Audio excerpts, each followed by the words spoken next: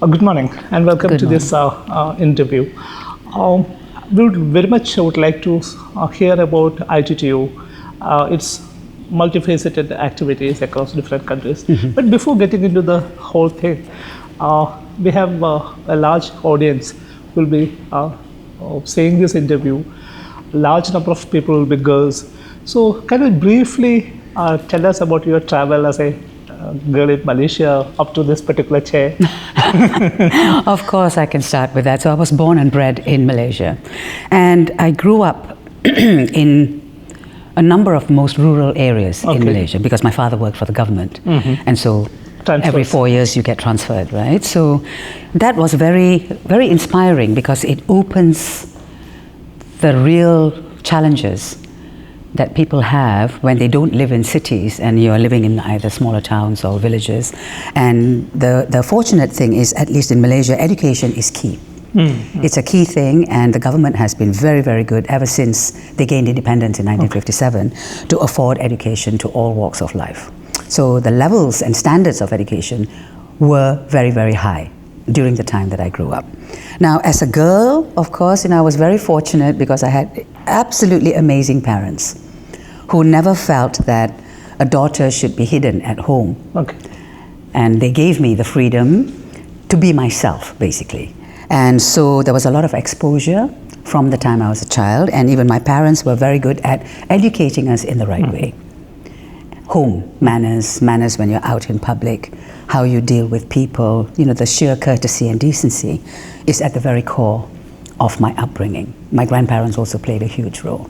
And for the girls today, I have seen many amazing girls. We have one young lady sitting here with us, my communications officer, and we have met quite a few very, very enterprising young ladies and young girls, and they should not be afraid to pursue the aspirations that they have. If you have family backing or you have friends to support, you gain a good education, you just can do wonders. And what was your higher education? What were the disciplines you learned? What were the subjects you enrolled in? So I went to law school. So I'm an international trade lawyer. But in my early career, I'm a trade specialist, so that includes international trade as well, corporate and commercial trade. So in the early years of my career, I'm a qualified barrister as well in England. So I was doing legal practice when a friend told me about this vacancy that related to forests, and some countries in Europe were trying to ban the imports of tropical products into the markets. And the Malaysian government had set up a Quango organization, and they needed someone with international trade expertise, yes. So I joined them, and the plan was to use it as a stepping stone to get 2 or 3 years experience and then move on or return. Global stage. And it went on. So I ended up serving 23 years with the organization, and the whole journey was incredible. Several challenges, but very motivating, because when you know your stuff, you will find ways through policy, through government negotiations, through multi-stakeholder consultations to bring forth what is it that needs to happen to keep the markets open. So there are two travels happening. One is your personal travel, and the other travel is by ITTO. Yes. Starting from the original days and what it is right now. So now when you head the whole institution, what is the difference you feel now compared to the starting days, ITTO, when it was born? What was the vision, and how it has evolved to what it is now? Could you explain that? Interestingly, the mandate of the ITTO has not changed that much, right? But within that mandate, of course, there are a number of new areas of work that we have to explore.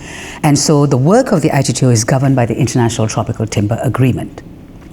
We are now in the third agreement. So the first one was signed in 1983. So that with the third agreement now, it is coming to its expiration date in 2029. So the agreement is now up for negotiation again, right? And that negotiation process will only commence in 2027 officially. But preparatory work is already being done now. Now, over the 39 years of ITTO's existence, we celebrate our 40th anniversary next year.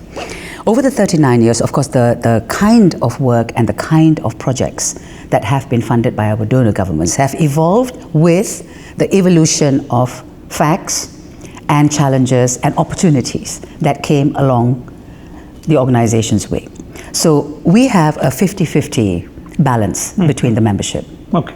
Almost 50% of consuming countries and 50% of producing countries, which also includes India. And India happens to be both a producing country and also a consuming country. Exactly. So we are in this dilemma right now because we have the producers and the consumers, but we do have hybrid countries.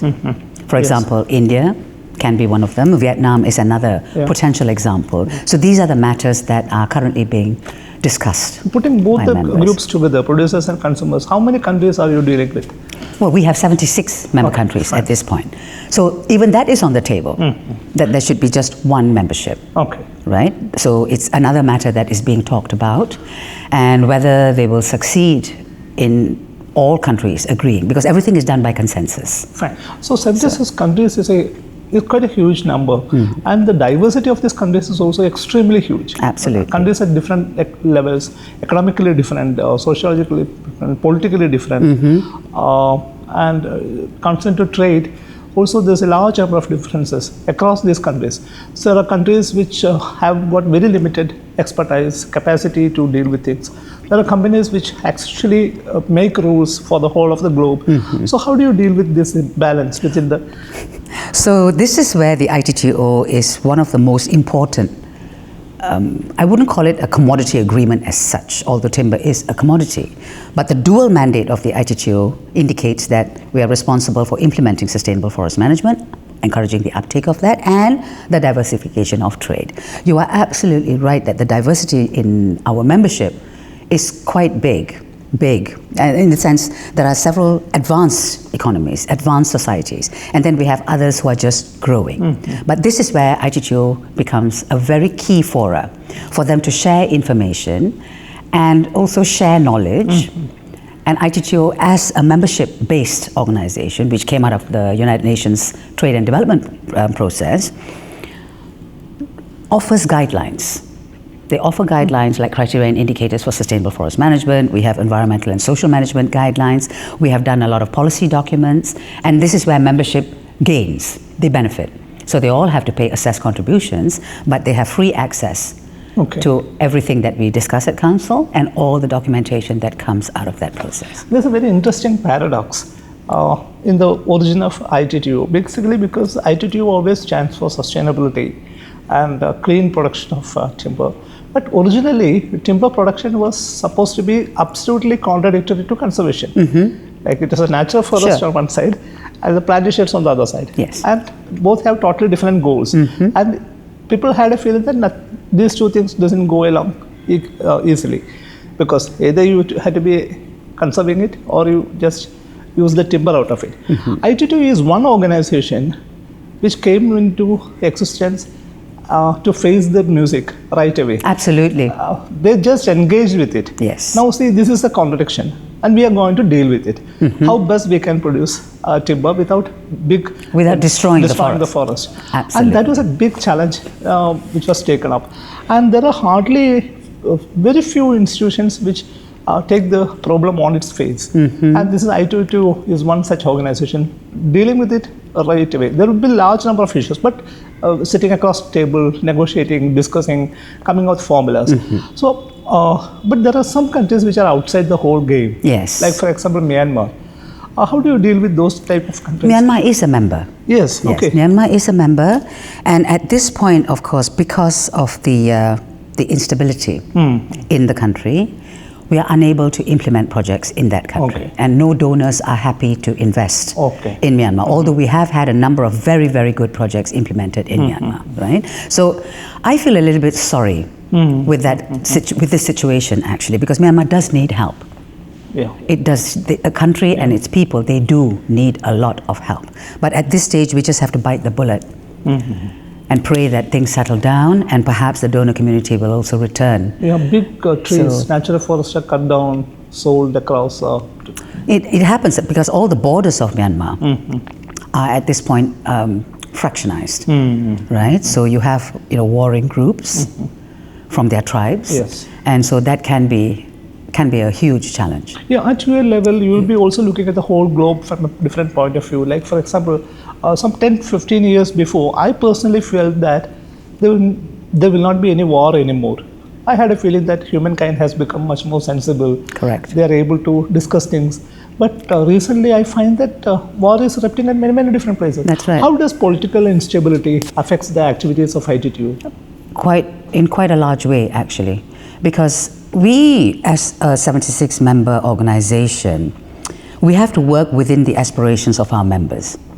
Now, with the warring regions, although those countries are not members of the ITTO, they still impact on the outputs of what ITTO would wish to do as an organization. We also have the trade tariff wars at this point, in addition to the real wars, you know.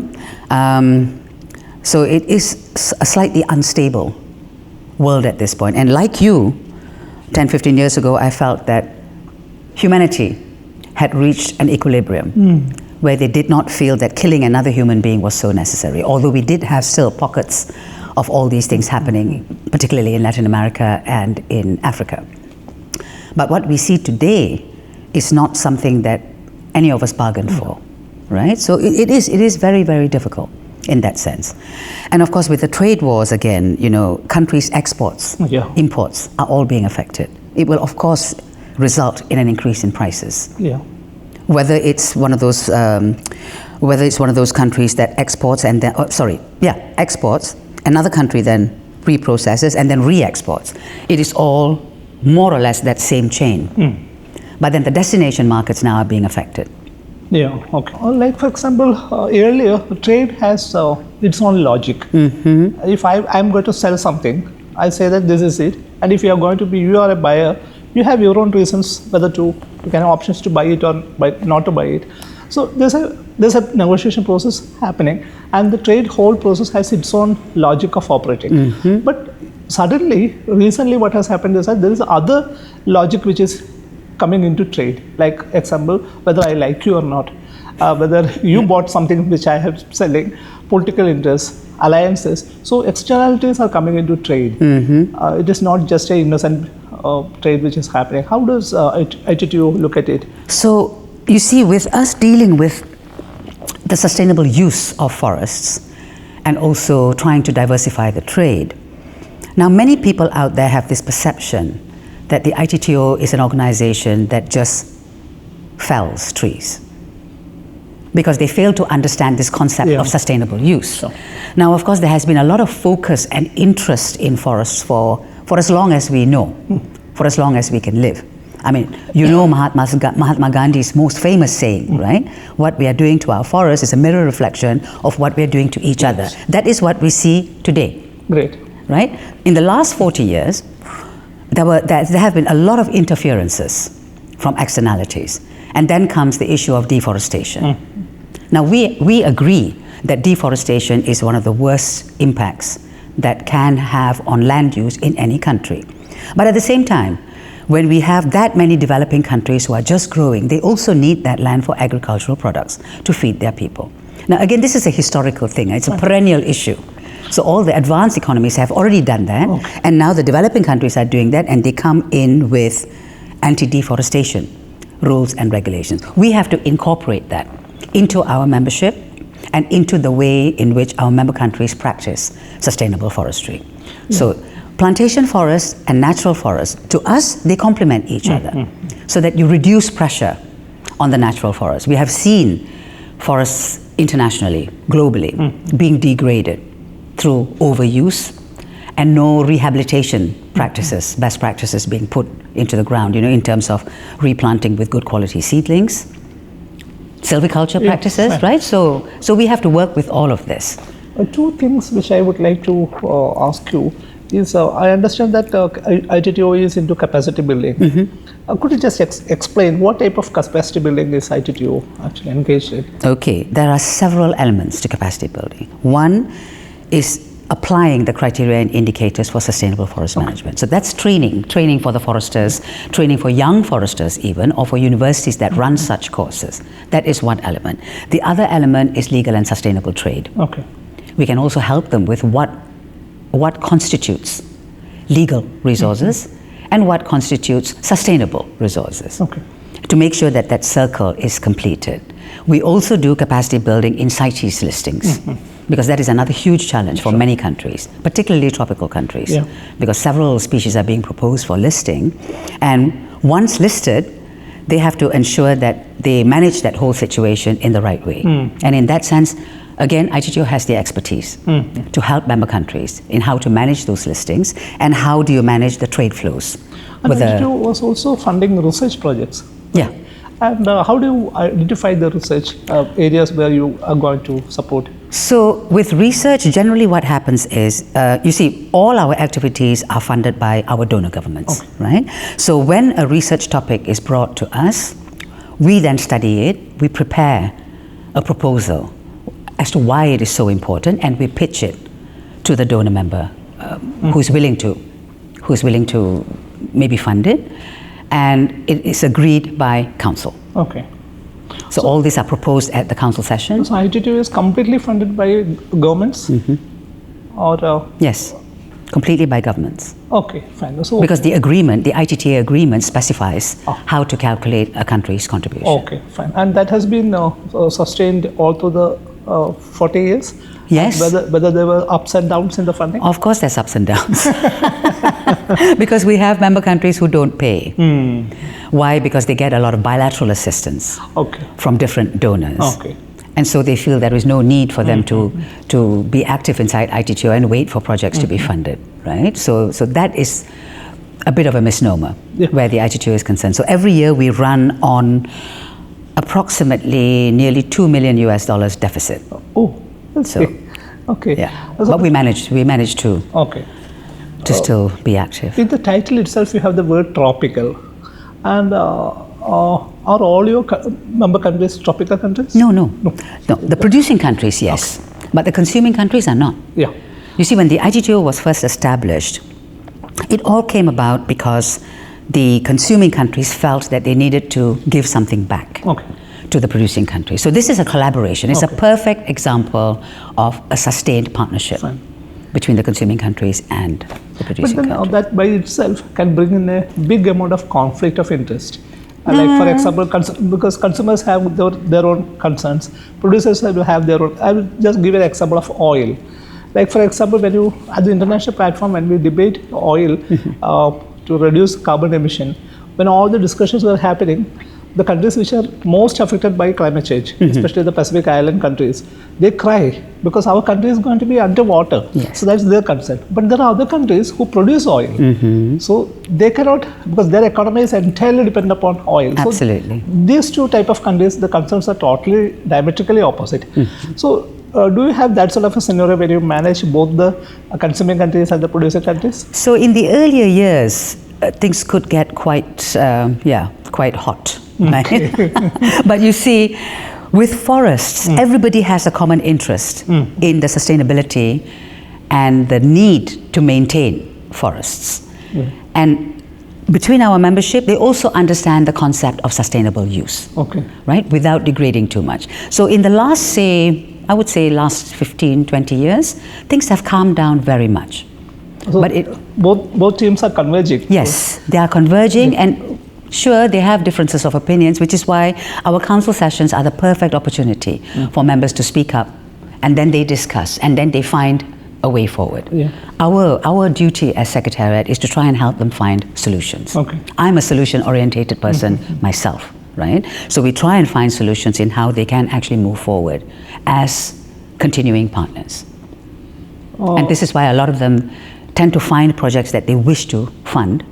Why? Because they have a particular interest in that particular area of work in relation to forestry. So does ITTO take up negotiations also?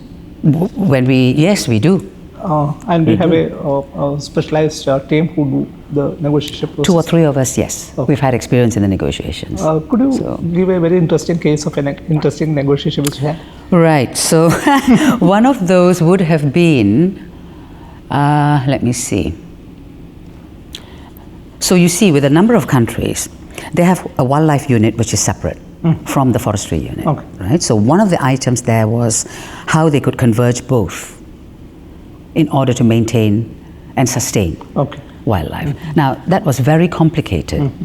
Very, very complicated for many producing countries, because a number of them did not have the experience to actually enable forest corridors for the animals to move from one forest management unit to another, because usually it's a forest management unit and then it's barren land or agricultural land, and then you have another forest area.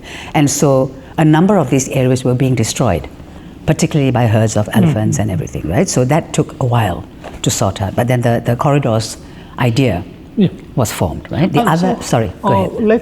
There are a large number of NGOs at the global level looking at exclusively on conservation, wildlife, things like that. Correct. That's another complication. ITTO, do you work together on some specific cases? Of course, we do engage with NGOs who have a real interest in helping us. We also engage with civil society organizations, because for us at ITTO, it's not just the environment that matters. The social element is also extremely important, the socio-economic element. So all three are pillars of sustainability, and we observe all three. So we do have some NGOs also who are totally against harvesting, log harvesting. But what I find is in the last 10 years, more and more NGOs are beginning to understand that there is a need, because otherwise what do these communities do for a living?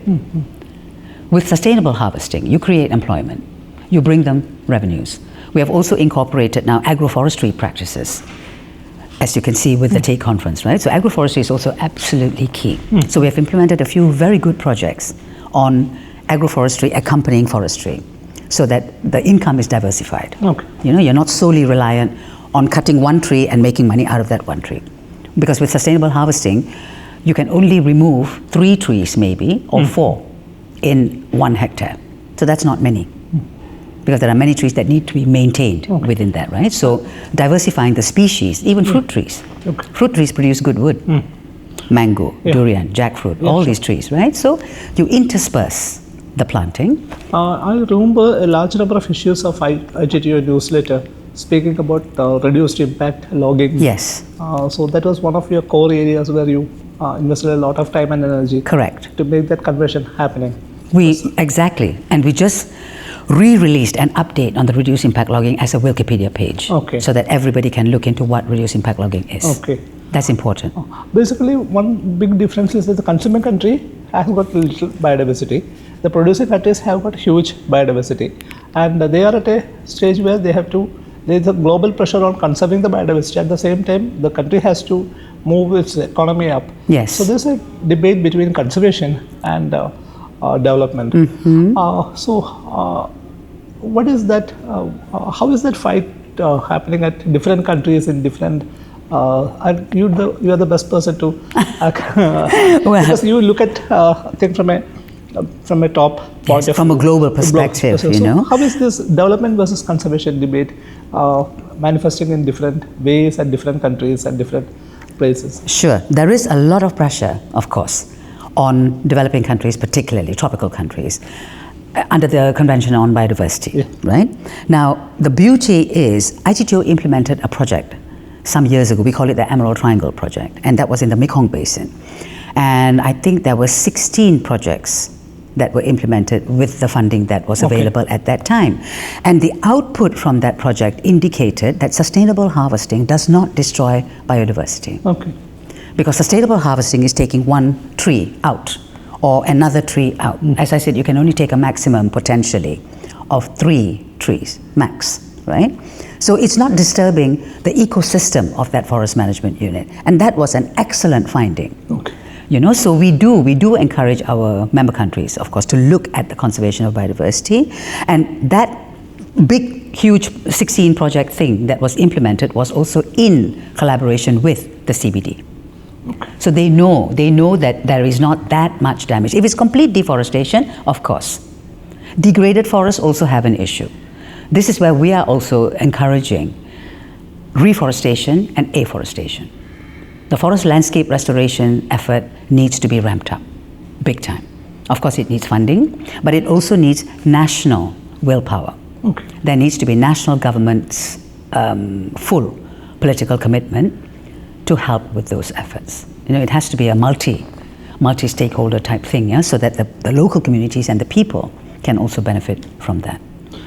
It's quite natural that conflicts can arise across the ITTO philosophy and the country's philosophy or the actions taken on ground.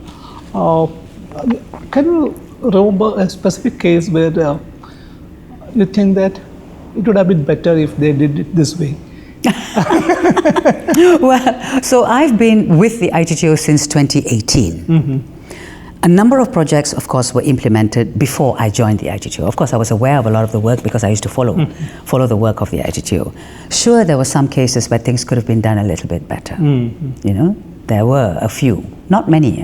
Not many, because when it comes to the implementation of any project in any country, we work with the government ministries who are involved, and most of the time, they're fully committed to ensuring that the projects are implemented in the right way. You know, it's a serious business, you know, because you're getting donor funding. That donor funding is now going towards a project in a particular country. So you need the government of that country to be fully committed in implementing that project on the ground. And ITTO Secretariat works very closely with the executing agency and their subcontractors. In some projects, of course, they need to subcontract certain elements of work, right? But we keep a very close eye. So we do project monitoring, project evaluation, and so it's a whole process that needs to be completed. And do ITTO also link with the International Court of Law in any of the... No, we don't engage with the International Court of Law as such, because we don't have issues that... I follow the ICJ, the International Court of Justice I follow very closely, because sometimes in the countries who are our members, they do have political difficulties. So yeah, we keep an eye, but we don't really engage with them as such. So we are moving towards a very important year, 2029, where the agreement is going to be... the new agreement has to be finalized. Yes. So what do you think at the moment, the major challenges faced by ITTO? I think the membership needs to decide what they want from this organization moving forward. So that would then impact, of course, on the form of the membership and what the ITTO's key mandates should be moving forward. You see, with the name of International Tropical Timber Organization, a lot of, like as I said, the perception is we destroy forests, but actually it's not, you know. So they need to figure out what else they wish to see. At this point, it's working reasonably well, but of course we have trade regulations that are being put into place, which can be a huge challenge for some members. So again, it's a case of discussing it, talking, and finding a solution. And do we also give guidelines for the quarantine procedures? For the what, sorry? Quarantine of timber. Quarantine? We don't do guidelines as such because that is a national government prerogative. But if they need help, we are there to help them. One interesting observation from India is that when we opened up our markets, when globalization set in, the amount of timber which is moving across has gone tremendously high. And it is not just sawn timber, it is not just veneer. Round logs come in and they are not debarked also.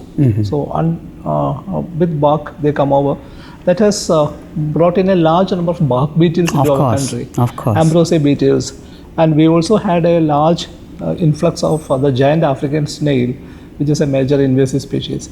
So is there any way in which your guidelines can also incorporate the additionalities like this? We could help with that. You see, again, it's a national government competence. They should be the ones who are following the phytosanitary rules, right?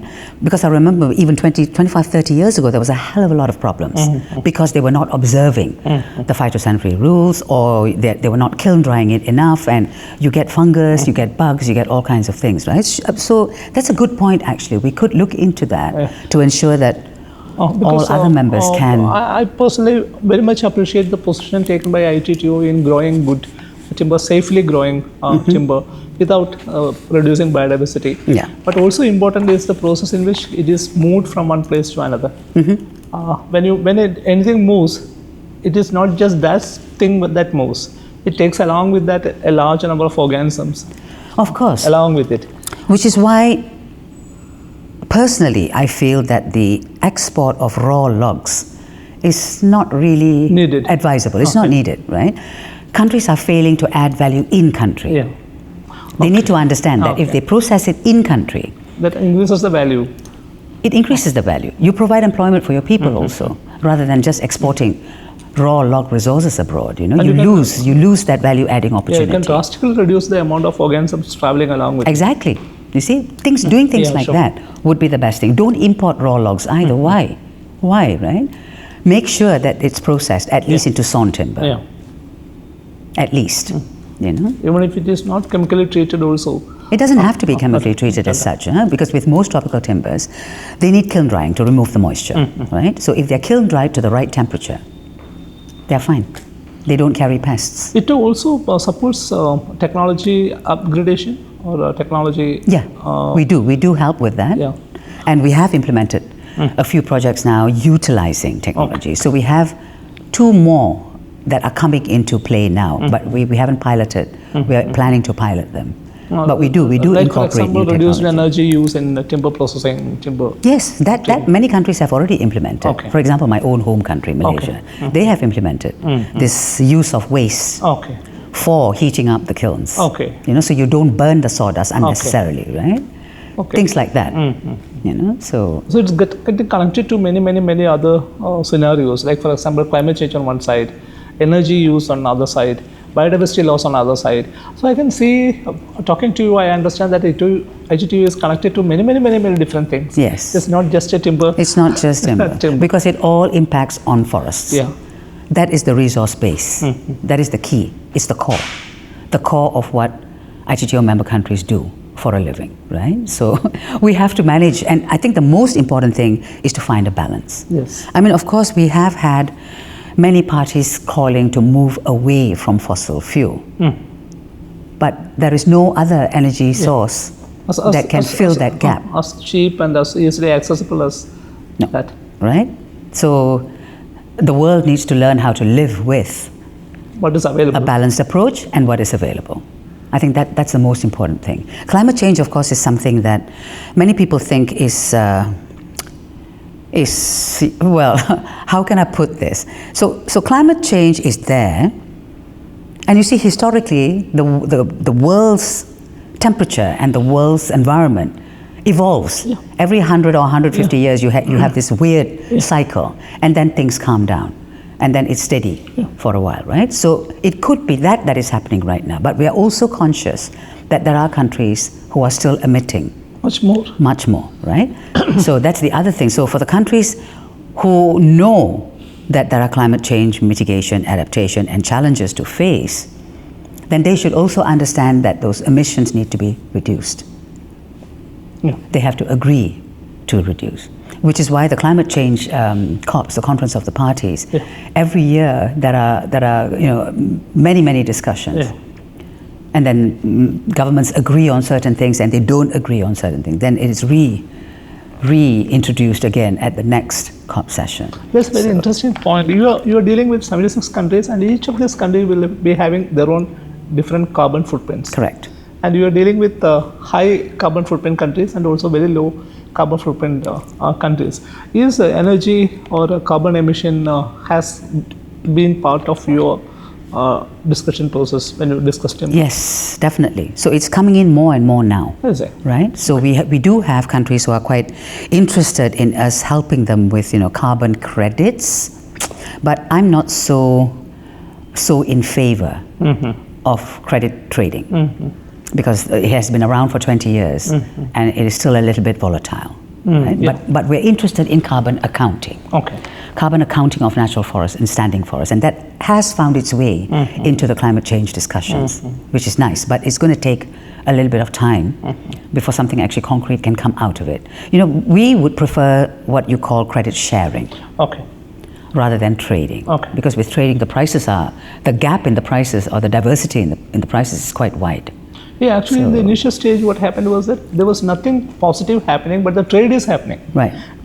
You just trade money, but there's nothing, no tree is being planted, nothing happens on ground. This is it. This is it. So but now we have managed to link that. Yeah. We have told them that so forests now have come back to the core of the climate change discussion. So forest is one thing, but you also need to get rid of the other externalities that are affecting forests. Yeah. For example, emissions. So that is great. Nice talking to you. Nice talking Thank to you very too. much. Pleasure. I hope it all made sense. Sure, definitely. You know? It's a very complex field of work. That, yes, and again, in satisfying the demands from My objective was to members. make people aware what really ITTO stands for, so that you clearly expressed. I hope so. We also encourage countries to go into value added and processing for the reasons that I said to you before. Thank you very Thank you.